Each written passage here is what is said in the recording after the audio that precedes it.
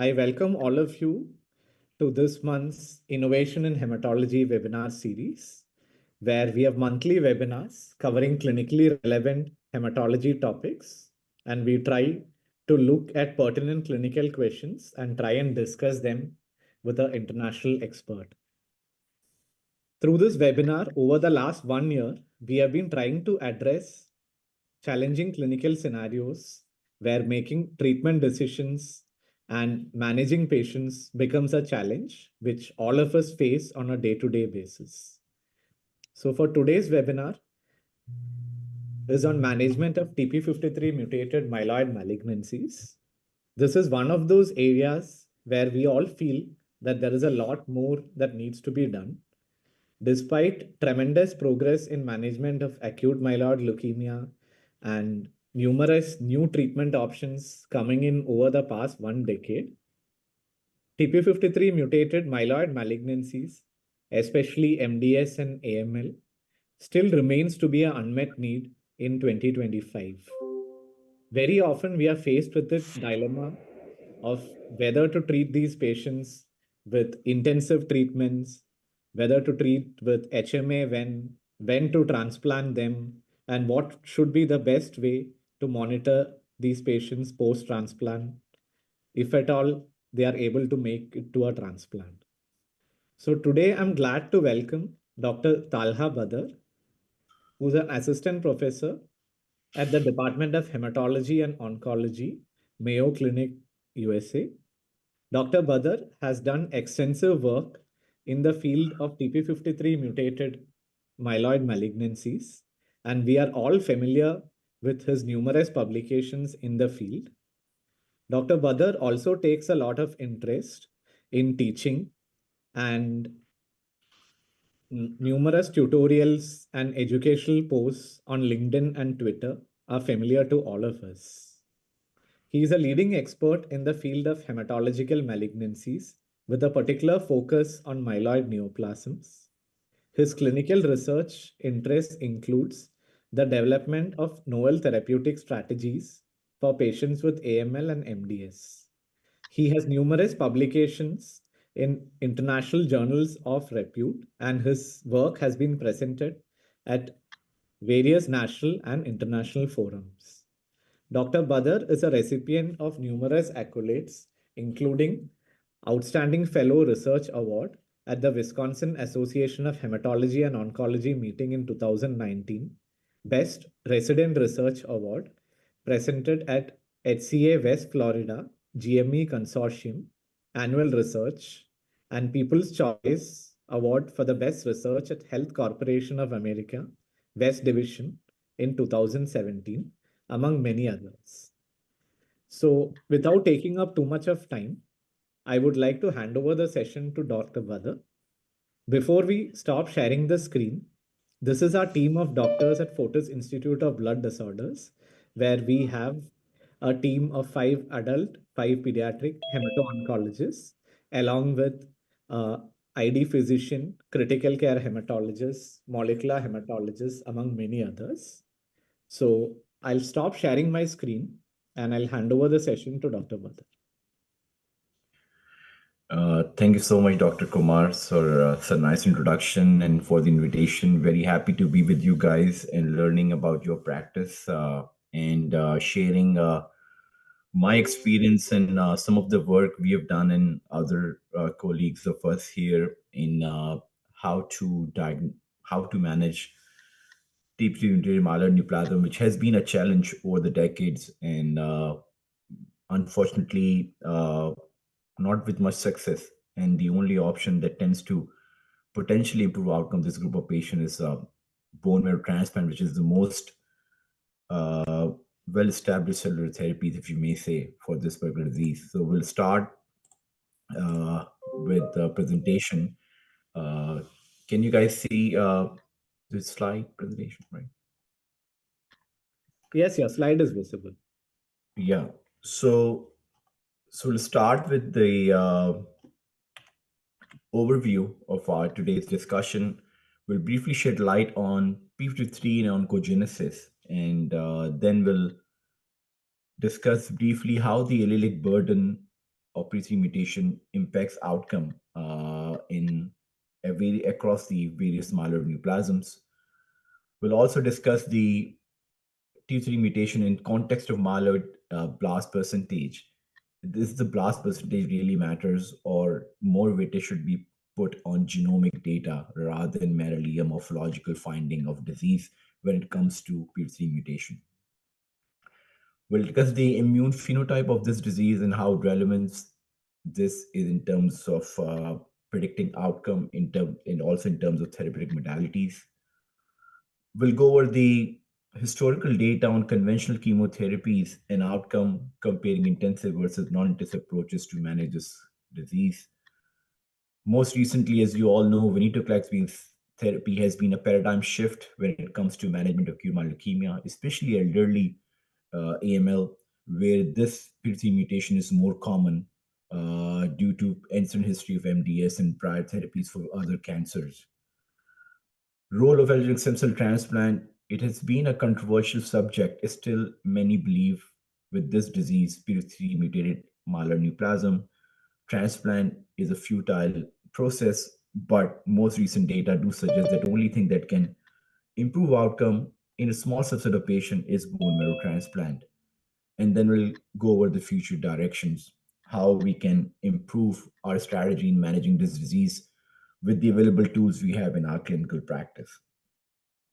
So, P3 is a guardian of human genome, and it has various functions, not only in cell cycle control and DNA repair, but also in terms of genomic stability, also in terms of apoptosis, metabolism, also has role in adaptive immunity.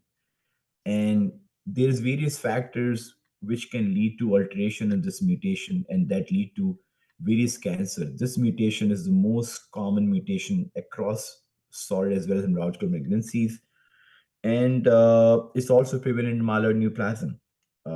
So in general, 5 to 10% of individuals with AML will have this mutation, but it's more enriched among elderly patient population, as I mentioned earlier, those who had ancient history of MDS, or those individuals who had history of various cancer treated with uh, newer therapies or immune conjugates or radioisotopes that also link to therapeutic disease, and more enriched in that subset of patients.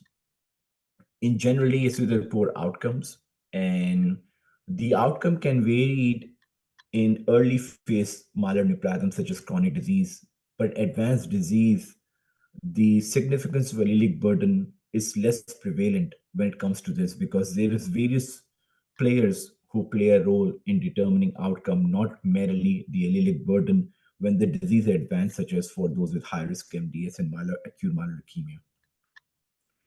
So we'll discuss allelic burden and impact on outcome of P3 mutated myeloid neoplasm.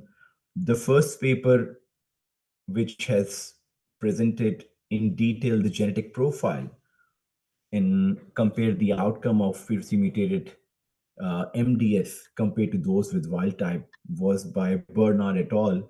From NIH, and then they did genomic profiling of large cohort of MDS patients, and they found out those with single hit disease, those with single mutation without concurrent complex cytogenetics or 17p deletion or loss of heterozygosity, those patients, single hit P3 mutation tends to have a comparable outcome with wild type P3 MDS.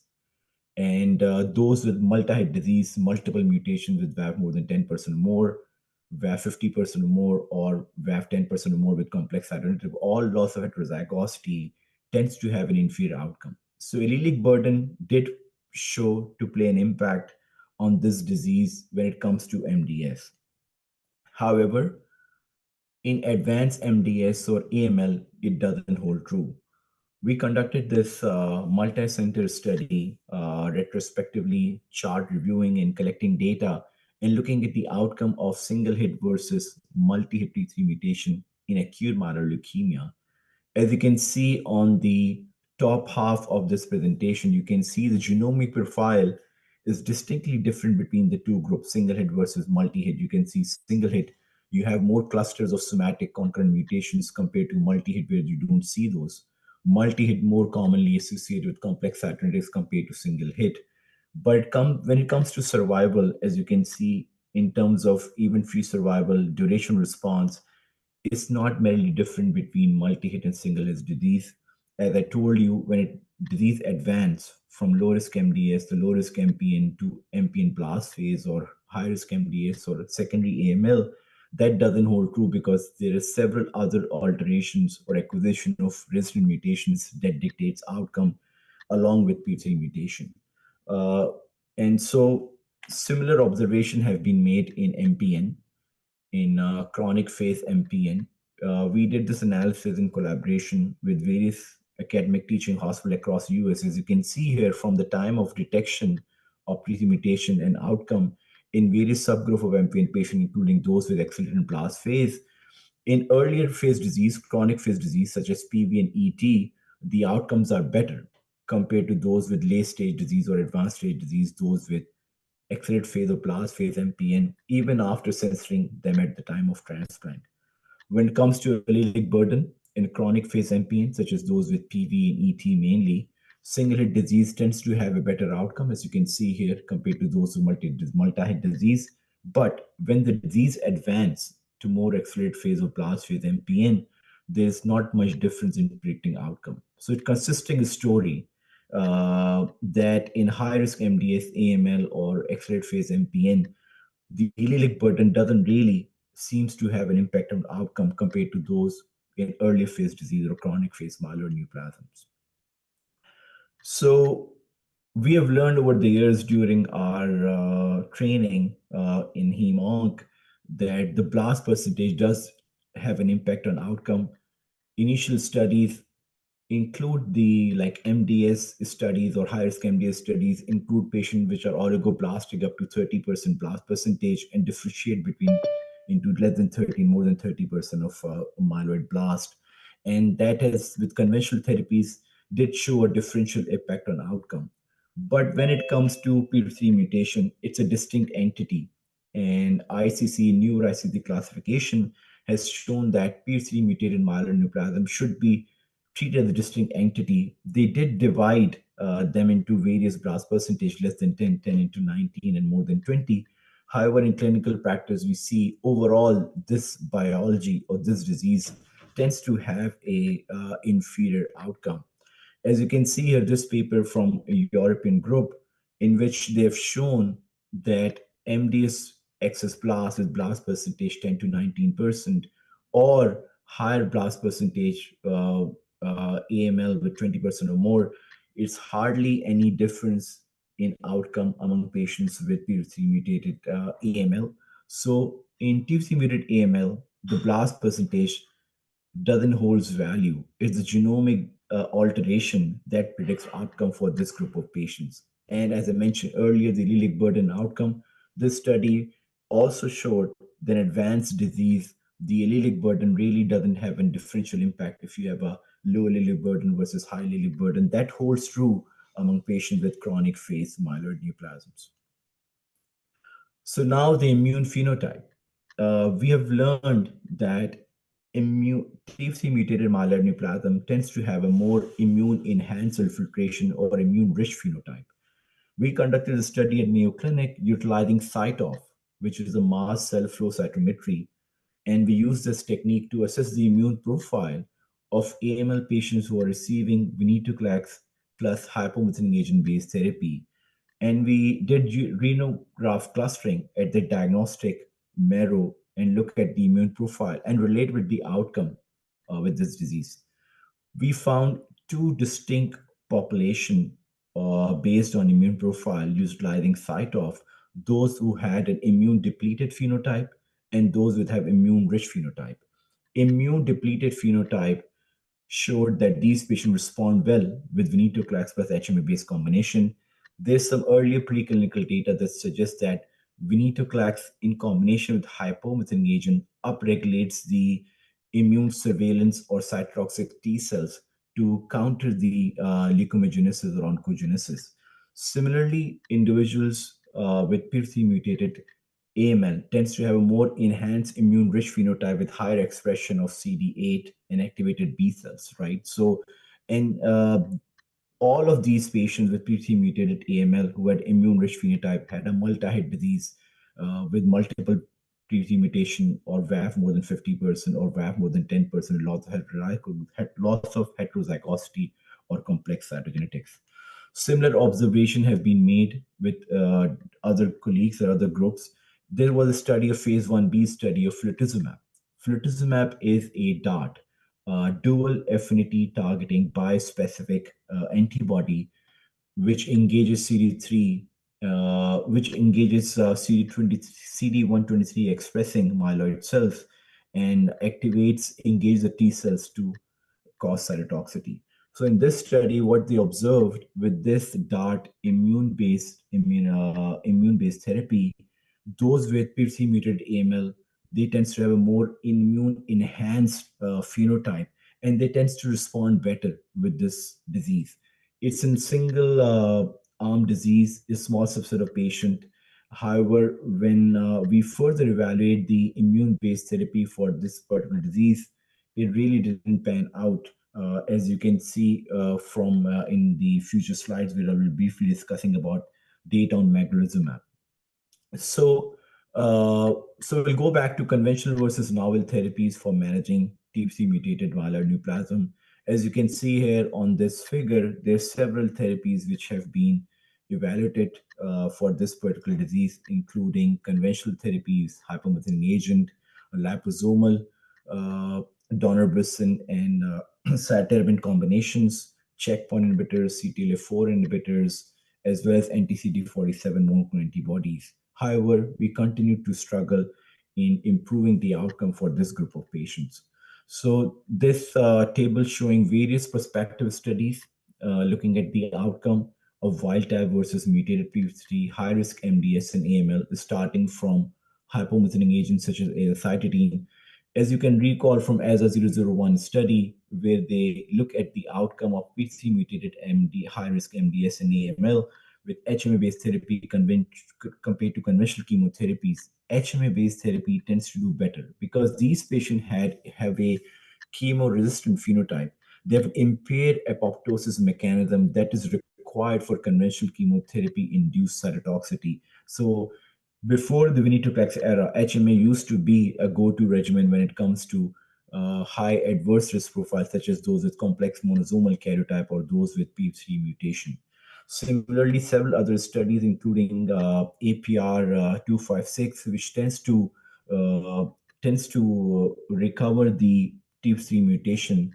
Earlier studies in combination with azacitidine showed response, but later on the phase 3 trial didn't show benefit in improving outcome with this combination. Similarly, checkpoint inhibitors have been evaluated for intensive chemotherapy or hypomethylating agent, and most recently magrolimab. All have been tried initial early results, but later on, when it comes to randomized studies and looking for outcome of disease with compared to standard of care therapies, unfortunately, we didn't see much success due to toxicity or not achieving the primary endpoint. So, going back to immunotherapy-based approaches, we shared earlier that PC-mutated AML or myeloid neoplasm tends to have a more immune-rich phenotype, and there are some initial phase studies that showed these patients respond better to immune-based therapy. However, the ENHANCE 2 study was conducted in a randomized fashion in which azacitidine was combined with magro, which is anti-CD47. It works on overcoming the don't eat me signal, which is more prevalent in PC mutated myeloneoplasm and myeloneoplasm in general. In this study, the primary endpoint was complete remission rates and overall survival. These patients, overall, it's meant for untreated intermediate or very high risk MDS, but PC mutated myeloneoplasm were more prevalent. We haven't seen much success in terms of difference in response rate or overall survival, which was unfortunate. Similarly, the Enhance 3 study compared to Enhance 2 study was magro with AZA compared to AZA alone. This study utilized triplet, magro, AZA, and azacitidine and venetoclax compared to placebo, venetoclax, and azacitidine. In this study, The primary endpoint was different compared to Enhanced 2 study, in which this study primary endpoint was overall survival and secondary endpoint were response rate and duration of response. Initial results, which were presented earlier, showed that the response rate were higher, specifically among group of patients with previously mutated AML. However, later, as you can see here, more toxicity and adverse events were seen in the intervention arm compared to the standard of care arm, which leads to inferior overall survival. More commonly, the hemolytic anemia was a concern with this combination. As you know, the anti-CD47 monoclonal antibody can cause hemolysis. There are newer molecules targeting CD47 fusion protein in a way that minimizes the incidence of hemolysis, but that currently conducting trial are excluding patients with PC mutation. So unfortunately, another bummer, and we couldn't find a newer or novel agent to improve outcome for this group of high-risk patients.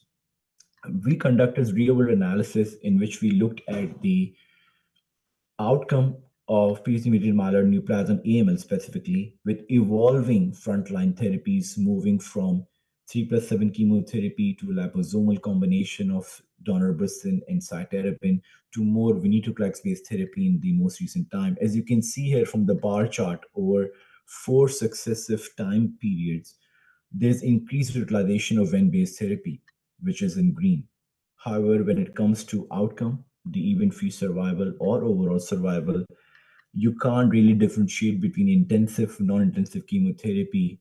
Intensive chemotherapy includes high-dose cytarabine-based regimen, 3 plus 7 combination, liposomal combination of daunorubicin and cytarabine, HMA or HMA plus venetoclax. So the median survival still ranges between 6 to 9 months for this high-risk group of patients. In multivariate analysis, the only factor that is shown to improve outcome in small subset of patients was allogeneic stem cell transplant. So, so now I will discuss briefly the response to ven-based therapy. As I've been told, as I was telling you earlier, the ven-based venetoclax has been a paradigm shift across the board in how we manage high-risk myeloid neoplasm. There is established data in acute myeloid leukemia. There is also initial promising data in high-risk MDS, and we're currently anticipating results of a phase 3 trial in which HMA were azacitidine is compared to azacitidine plus venetoclax in high-risk MDS patients. So we conducted this study in looking at the molecular signature and outcome of patients who were treated with venetoclax-based regimen. Earlier study analysis from Viale group showed that T3 mutated myeloneoplasm tends to have a very inferior outcome with ven-based therapy compared to those with FLT3 and RAS wild type and those with FLT3 mutated.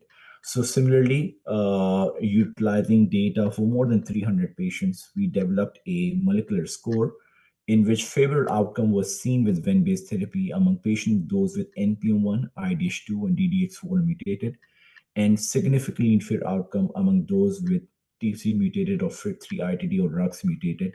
It compared and validates the observation from the Viale group, where PC mutated AML tends to have an inferior outcome with ven-based therapy. Then we look at the outcome to see that in elderly AML patients who are not eligible for intensive chemotherapy, does the addition of venetoclax to hypomethylating agent HMA, either decitabine or Vidasa, really improve their outcome? As what you can see here, in terms of duration response with ven-based therapy, we did see that the HMA ven-based therapy did show a high CR rate and duration response, but however, it wasn't statistically significant. When it comes to event-free survival, overall survival, we haven't seen much difference in outcome when we compared from HMA to HMA plus venetoclax. However, this is a retrospective analysis. There is selection bias and may not be able to clearly define that. But in anecdotally, what we have seen in high-risk elderly AML patients, including those with PC mutation, ven-based therapy doesn't really improve the outcome as such. Having said that, if you have a younger individual with PC mutated AML who is eligible for bone marrow transplant, ven-based therapy does achieve a quicker remission rate. If these patients can go to transplant, you can improve the long-term outcome of subset of patients. So if you have a younger individual with pre mutation whom you think that have an available donor or is eligible for bone marrow transplant, vein-based therapy is still a valid option. But if you're treating a 70, 80-year-old with comorbidities, frail, declining performance status, where you feel that these patients may not be able to go to transplant, and our goal is to improve quality of life and prolong life in a manner that doesn't lead to more toxicity, then in those situations, hypomethylating agent is the best strategy, and we should avoid vein-based therapy, which can lead to more cytopenias and infection risk. So similar observation was seen in high-risk MDS. Earlier slide, I showed the outcome comparing HMA versus HMA-VEN in AML patient.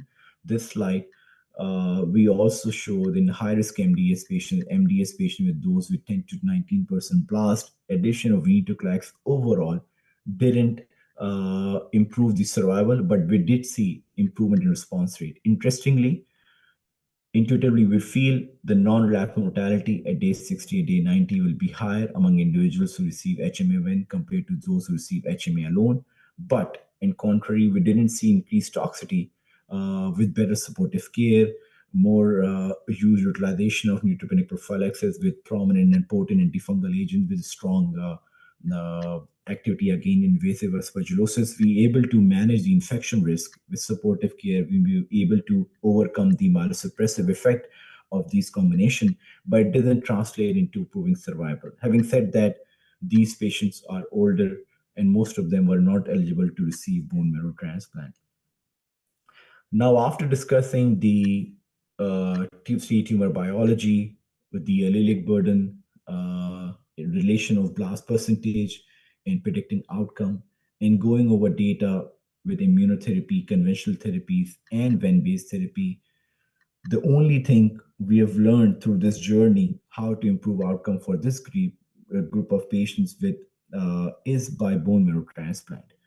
LO, as you know, is a go-to therapy for 30 to 40% of patients with AML who present with adverse risk disease or who have residual disease after induction therapy, and has to be only hopeful option for cure. When it comes to PIV3, earlier data was conflicting. I would say prior to vein-based therapy or prior to better supportive care and how we manage our transplant patient, transplant wasn't the go-to thing for this group of patients due to high mortality and high relapse rate. But recently, if you see several papers from several group retrospective in nature, it's hard to conduct prospective study, transplant study for this subgroup of patients to various reasons. But various retrospective series over the last 4 years, I haven't seen any study that suggests that transplant didn't improve outcome for this group of patients. So in as I showed in earlier from our database, the only factor that is chose to improve outcome was transplant. In this analysis, we specifically look at the only transplant outcome to limit the bias, and only saw that how many patients were transplanted from our group of patients and look at their outcome. Only a small proportion of patients were able to go to transplant, as you can see here, after initial therapy or after salvage therapy in among patients who were refractory to initial induction. We did see that it improved outcome even after salvage therapy. As you can see here, the event-free survival, if you can see the 3 years event-free survival is close to 40 to 50% after induction, as well as around 30% after salvage therapy, which is significantly better if you remember from the earlier slide where I showed the median survival for this group of patients is 6 to 9 months. If you're improving it by threefold by transplant, even in a subset of patients, that is a success story. Is similar to overall survival. And what we saw in multivariate analysis, the factor that predicted better outcome is those who had a chronic graft-versus-host disease. As you know, that graft-versus leukemia effect is one of the factors overcoming the immune surveillance in among patients with myeloid diseases. We saw that those who had a chronic graft-versus-host disease tend to have better outcome. Similarly, who maintained remission at day 100 post-transplant. We did an extra subgroup analysis looking at the outcome among patients who had complex cytogenetics versus those who doesn't with previously mutated myeloneoplasm. And as you can well imagine, those with complex cytogenetic tends to have inferior outcome, inferior overall survival compared to those who had a non-complex karyotypic analysis. So, looking at the predictors of outcome with transplant, although it's a study, a small subgroup of patients, only 60 patients out of more than 388 patients were able to receive transplant. The outcome were inferior among those who didn't had GVHD or who didn't maintain CR at day 100 post-transplant. Similarly, the conditioning intensity or post allo maintenance didn't had any impact in improving outcome. Maintenance therapy among transplant patients is a controversial subject. Several studies, if you see across the board in AML, if you talk about FLT3 inhibitors, if you talk about IDH1 inhibitors, HMA therapy, apart from few, none of the studies have clearly shown that it improves event-free survival or progression-free survival when utilized as a maintenance strategy in high-risk AML patients. I agree in FLT3, sorafenib data was compelling, but that group of patients might not have received FLT3 inhibitors during induction. However, recent data from the gilteritinib showed the benefit of maintenance therapy only among those who are MRD positive, and my dose tolerance study was negative. So there is a control conflicting data in terms of maintenance therapy in general, and the randomized study in high risk MDS AML HMA maintenance didn't show to improve outcome. So maintenance therapy is a challenge, and although we all are inclined to give maintenance therapy for this group of patients, but in our study and other studies, we haven't seen significantly improve event-free survival or relapse-free survival. So there is another study from BMT CT and Trial Network where they look at the transplant outcome in high-risk MDS and AML patient subgroup analysis among patients with P3 mutation. As you can see here, although it's dismal, but there is a modest improvement in survival outcome among patients who receive transplant compared to those who didn't receive transplant. So, in conclusion, future directions, P3 mutated AML or myeloneoplasm are now well recognized as a distinct entity with poor outcome. Several prospective real-world data suggests that transplant is the only factor that can improve outcome in a small subset of patients. We're still in desperate need to novel combination therapies to achieve a better control of disease and remission and improve the outcome of this group of high-risk patients. With this, I conclude and thank you for listening.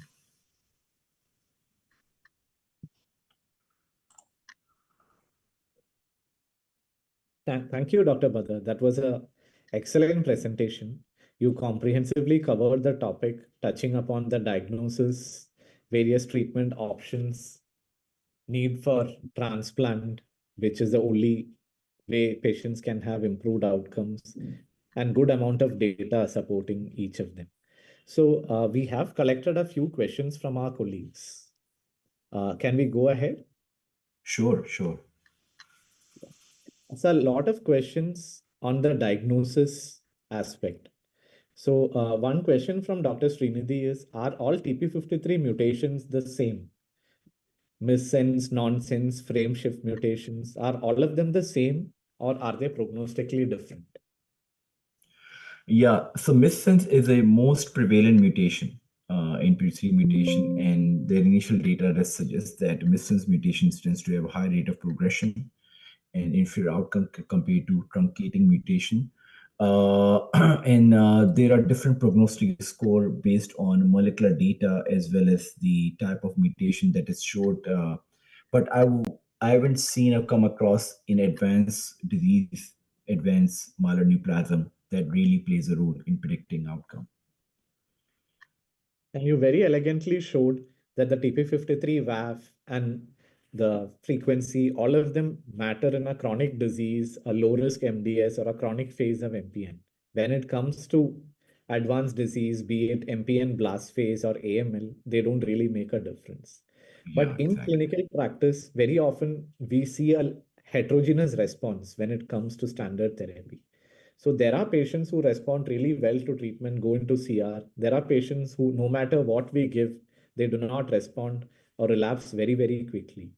So What are the factors in a AML patient other than the VAF, of course, including the co-occurring mutations, or are there any other factors that predict response to treatment?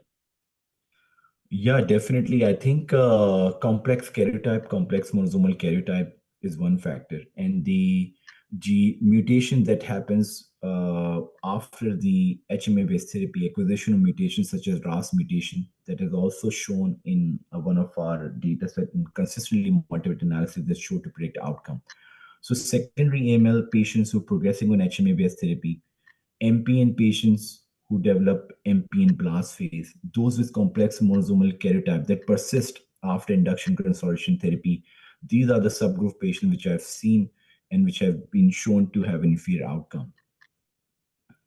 And at your practice in Mayo, when a patient comes in, other than the routine tests, including cytogenetics and NGS, is there any other additional test that you do for these patients for a better prognostic delineation? No, I think the genomic data and the karyotypic analysis gives you the information what you need in terms of how these patients will do. I think more so apart from the disease-related factor, patient-related factors also plays a role in predicting outcome.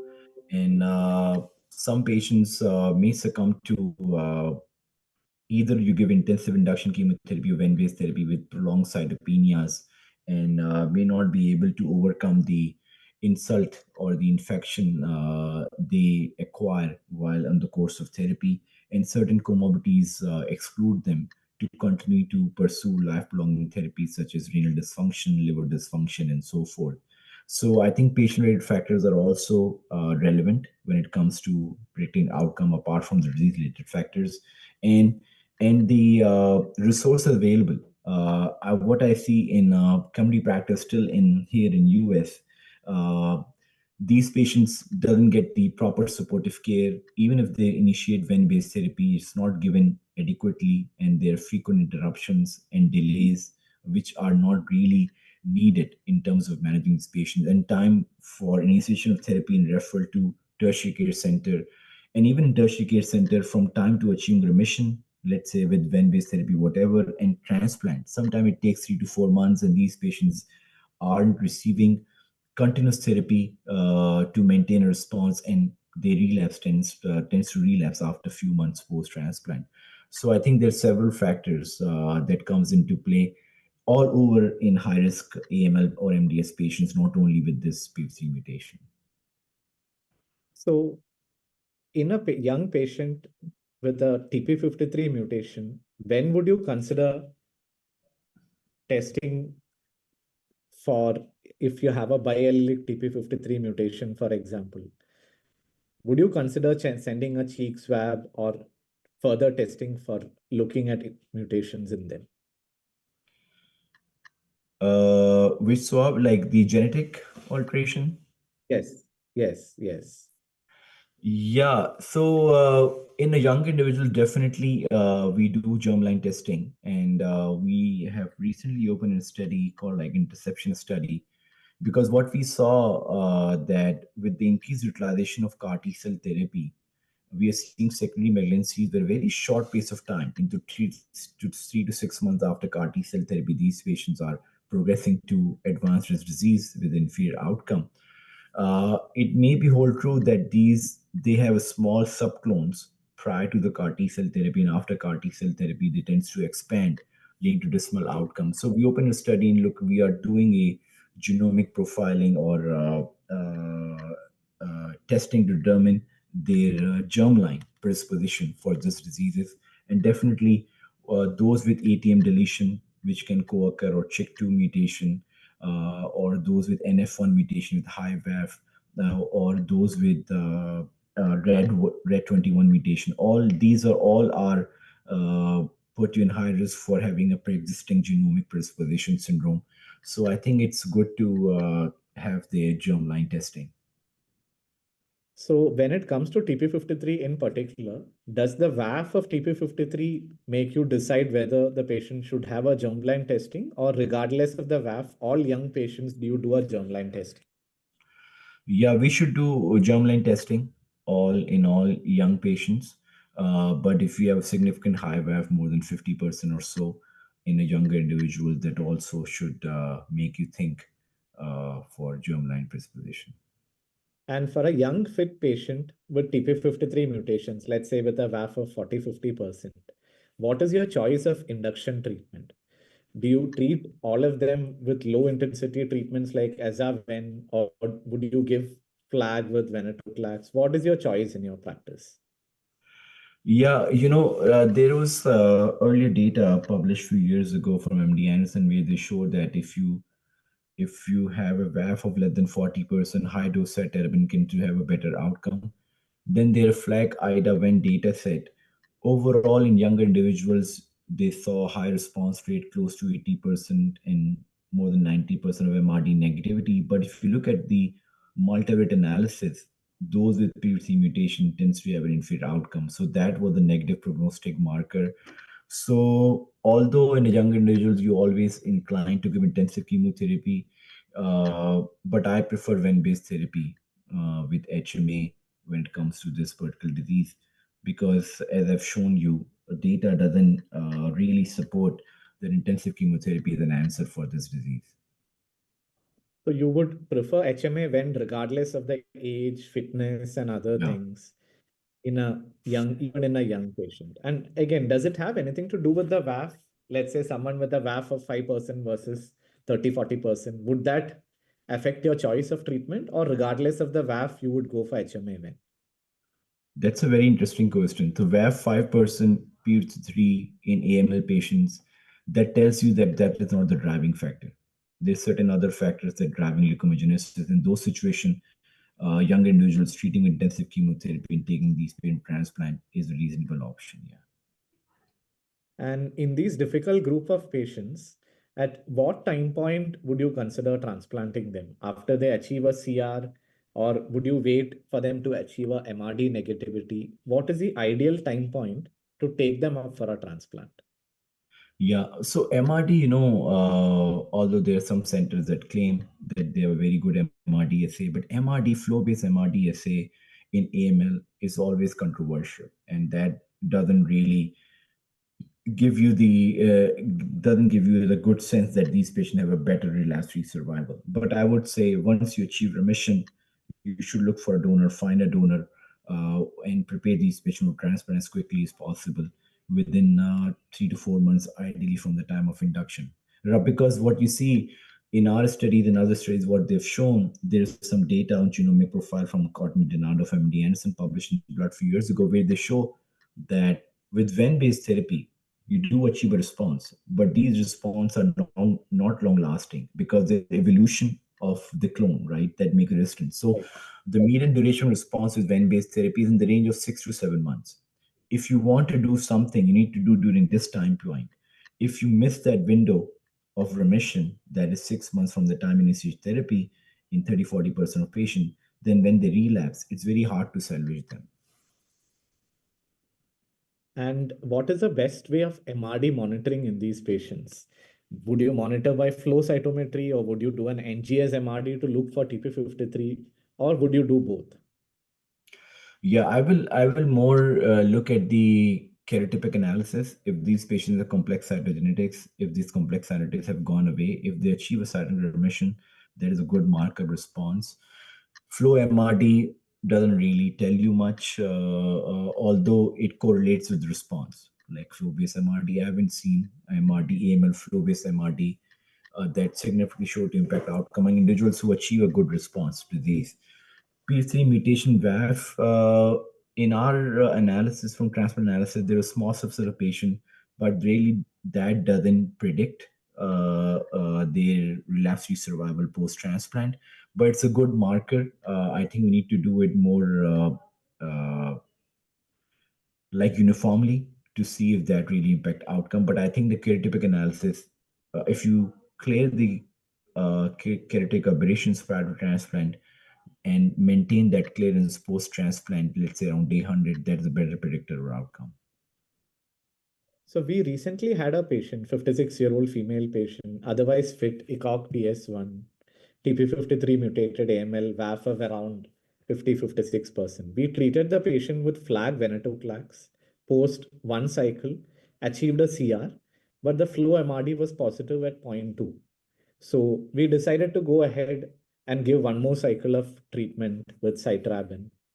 And during the first cycle, also patient had a stormy course, lot of infection, cytopenias, pneumonia. So post remission, patient actually went on to AZA.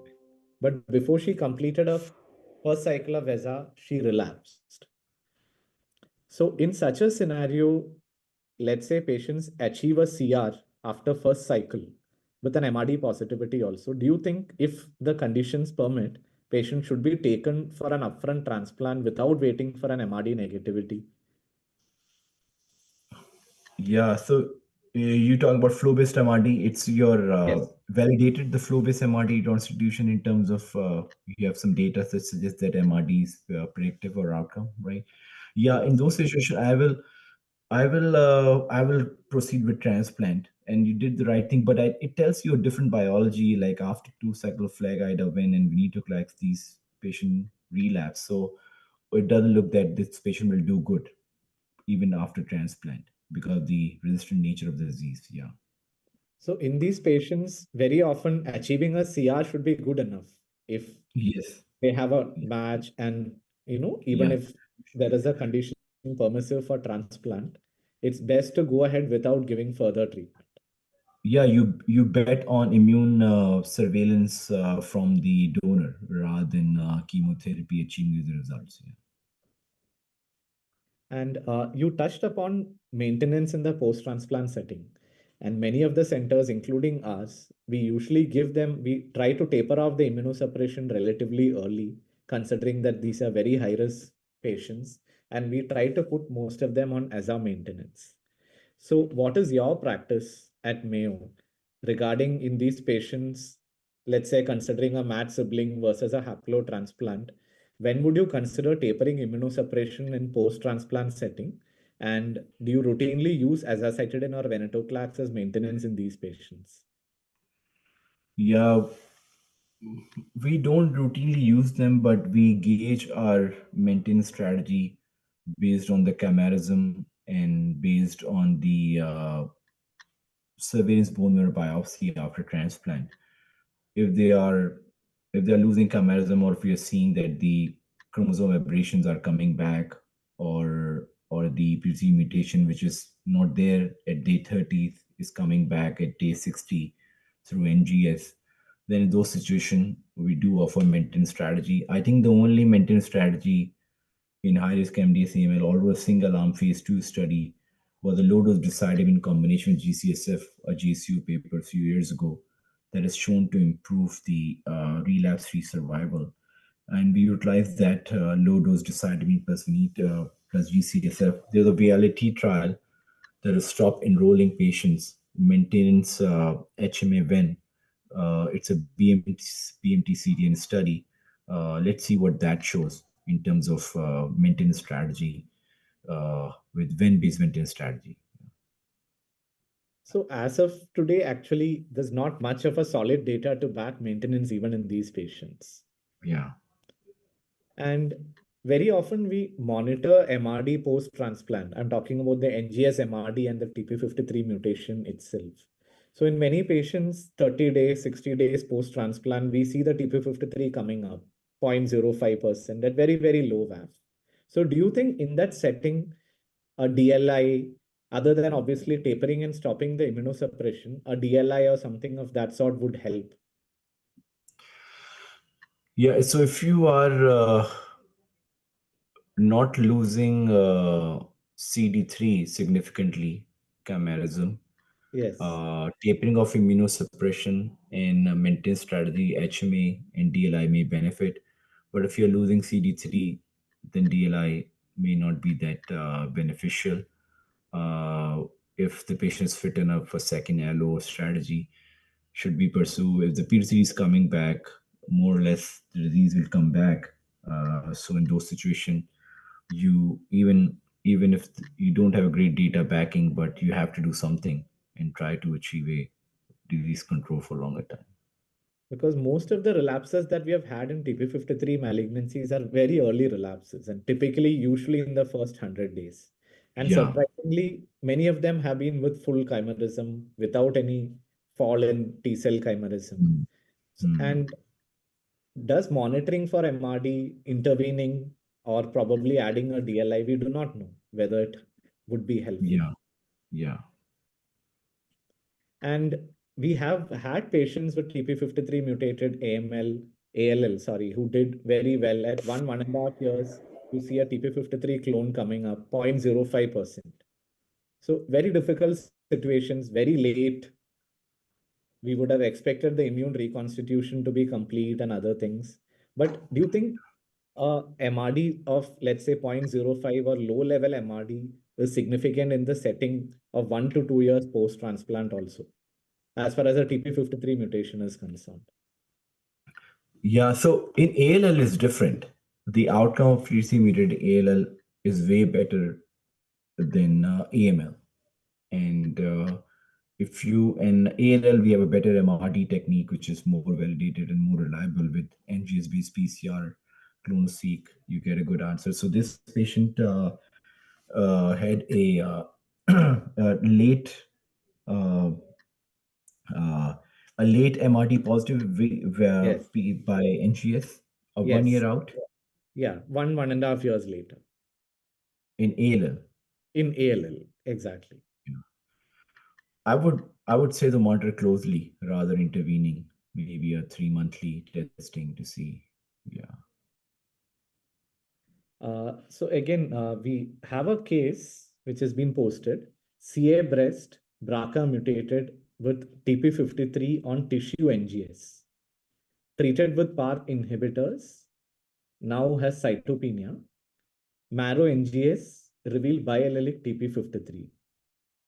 So the question is, do you think the initial TP53 may be an indication for a more close follow-up for therapy-related MDS or AML?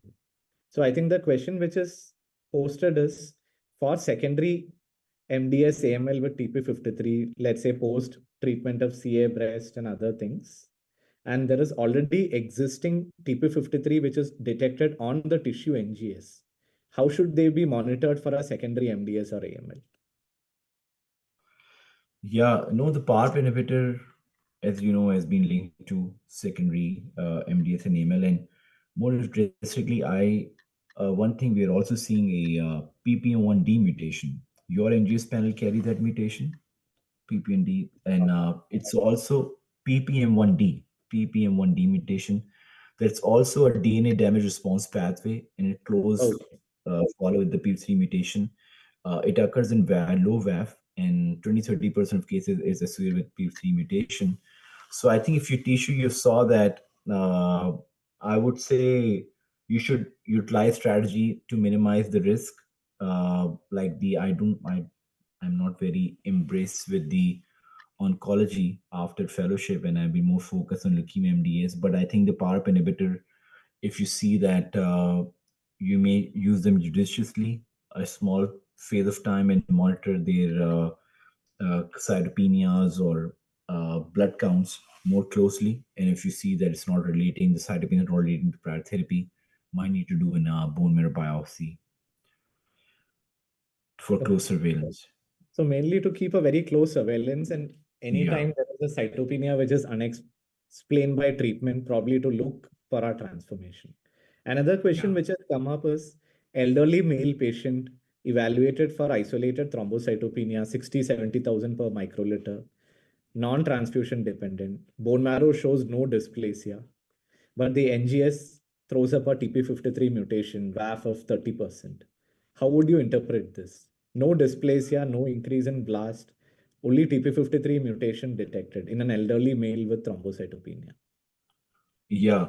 So in CCUS, the orthogonal side of undetermined significant P3 mutation, the trajectory of disease progression is not as you see with MDS or AML. These patients with CCUS may remain there for longer period of time before they progress. So as what you do in a CCUS patient, you monitor their counts every 3 monthly to 6 monthly and intervene doing a bone marrow biopsy accordingly. But I won't do anything with the P3 CCUS per se if they don't have cytopenias or they don't have a bone marrow disease. Okay, so you would basically put them on a close follow-up and look for any worsening of cytopenia or probably observe them without intervening at this point. And similar data has been seen with other leukemias also. Let's say in CLL, where if you find a 17p deletion, that doesn't merely indicates treatment. You look for certain other factors that determines treatment. Another question which has come up, I think again from Dr. Srinidhi is, are there any emerging data on the use of genetic or epigenetic modifiers to enhance the effectiveness of therapies in TP53 mutated AML? Yeah, so epigenetic therapy, these HMA, have been a go-to regimen to manage this disease. Their initial data suggesting 10 days of decitabine may be able to clear the T3 mutation clearance, but later on, when it was compared to 5-day decitabine, several other group didn't show a benefit as such. So that data doesn't sustain or validated across the board. So epigenetic therapy has been there always been epigenetic therapy combination when it comes to P3 mutation, and everyone utilizes that. Newer epigenetic therapy, uh, there was some second generation decitabine, godecitabine have been tested, but didn't really show any incremental benefit than what we know with the older decitabine version.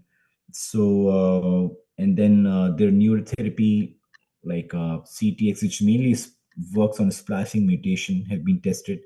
But to my knowledge, I haven't seen. There was some optimism with MDM2 inhibitor, but that combination didn't really pan out in randomized fashion. So, not much apart from HMA at this point in time. And on that same note, azacitidine versus decitabine, is there any difference? Like, is decitabine, would you say it's probably a better agent to use than azacitidine in this setting?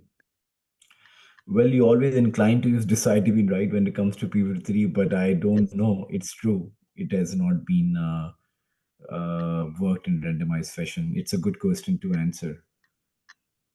And when we are looking for TP53, is there a role of, let's say, if a NGS and other tests are not readily available, it's an immunohistochemistry which can be done on the bone marrow biopsy? Because very often we get patients who are referred to us where the diagnosis would have been made on a bone marrow aspiration biopsy and only a flow cytometry would have been done at best. So if we have a biopsy block, do you think looking for TP53 IHC on the biopsy block would be beneficial looking at it in retrospect? Yeah, there was one, I think, a letter in leukemia research which I reviewed a few years ago that looked at the IHC stain, and they swear that it correlates with the molecular data. But of course, the sensitivity and specificity won't be there. But if you don't have anything, at least we can do that. I can see a question in the chat box. Dr. Rohan Haldar has a question and a very interesting one. Do you check the donor for TP53 germline mutation status if the patient has a high VAF, even if there is no family history of malignancy? Sorry, can you go again so I can look at it? Yeah. So if the patient has TP53 at a high VAF, do you Mhm. screen the donor also for TP53 considering possibility of a germline mutation? Yeah, so if a family donor, Yes, a matched sibling donor. Patient has yeah, TP53 at a VAF of let's say 60%.